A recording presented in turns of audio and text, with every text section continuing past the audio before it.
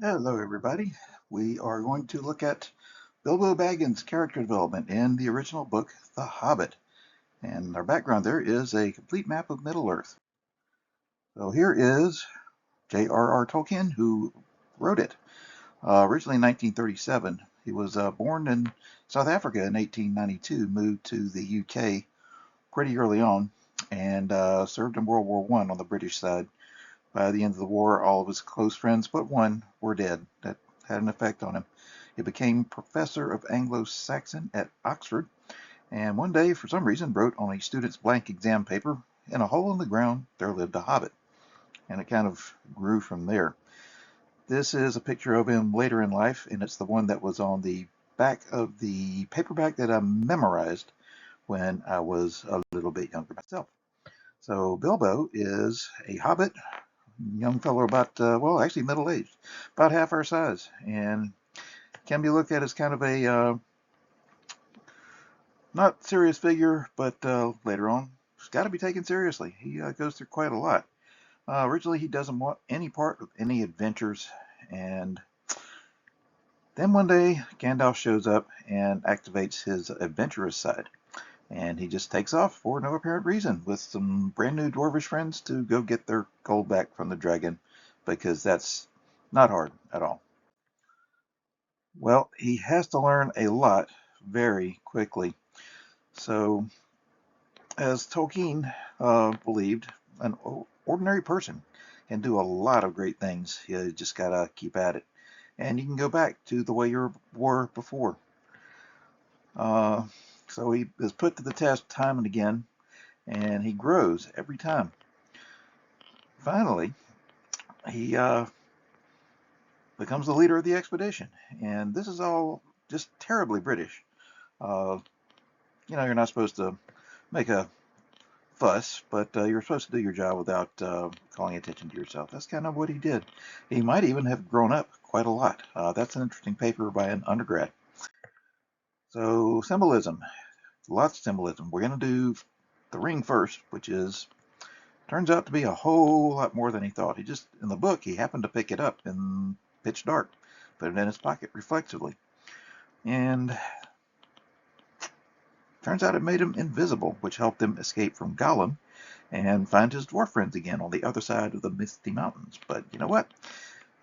Kind of worked on his character and not well. His friends wanted to know, hey, how'd you do that? He said, no, just snuck along quietly, no magic rings involved whatsoever. So when you get powers, especially when you suddenly get power and you haven't had it before, it will corrupt you. The dragon. Yeah, there were dragons in those days. So in the original musical, dragon was actually still pretty scary. Definitely terrifying when Benedict Cumberbatch has his turn. Now he's pretty smart, but he doesn't really do anything productive. Don't know why. So that's kind of how greed goes. You just pile up wealth for no reason, and you don't care who you hurt to get it. And that is a mortal sin. Since Tolkien was a devoted Catholic, he is not a fan of mortal sin. So the swords you see, um, they just happen to find in a troll's hoard two really, really spectacular swords and a teeny little knife that Bilbo just helps himself to.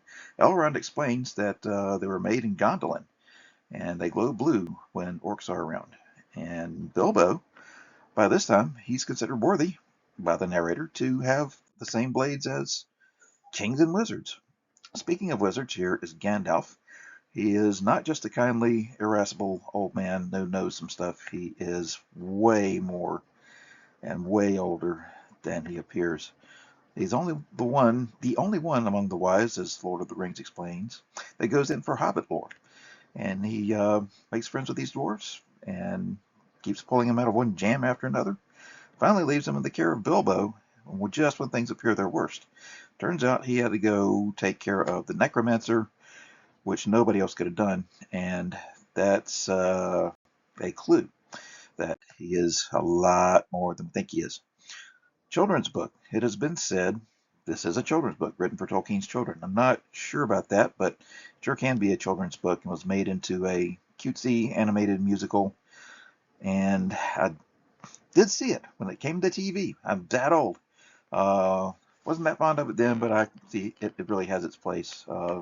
Reads like a kid's book, yeah, because use things you might write in kids' books, such as trolls that say "Blimey" and "Boy did a blight," and wants to sit on and squash the dwarves, which is kind of childish.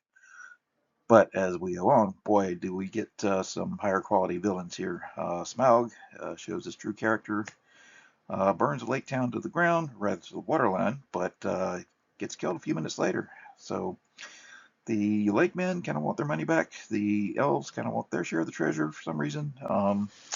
So dwarves come in and they're all going to fight each other, and then the orcs show up and they all decide to fight the orcs. But by this time, Thorin had disowned Bilbo because he had given the most valuable treasure to the men as a negotiating tool because Bilbo was sick of war and just wanted some food, comfort, and cheer.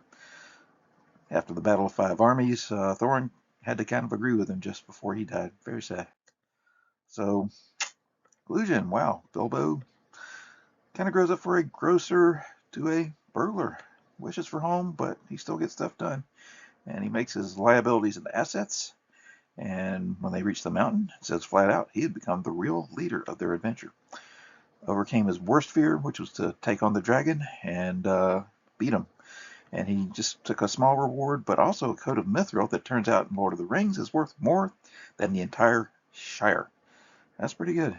But Gandalf, in the end, meets up with him. Hey, you're just a little fellow after all. Bilbo laughs, says, thank goodness, and hands him the tobacco jar. So just a few works here. Note the excels here. And I guess that would conclude our presentation. Thanks very much.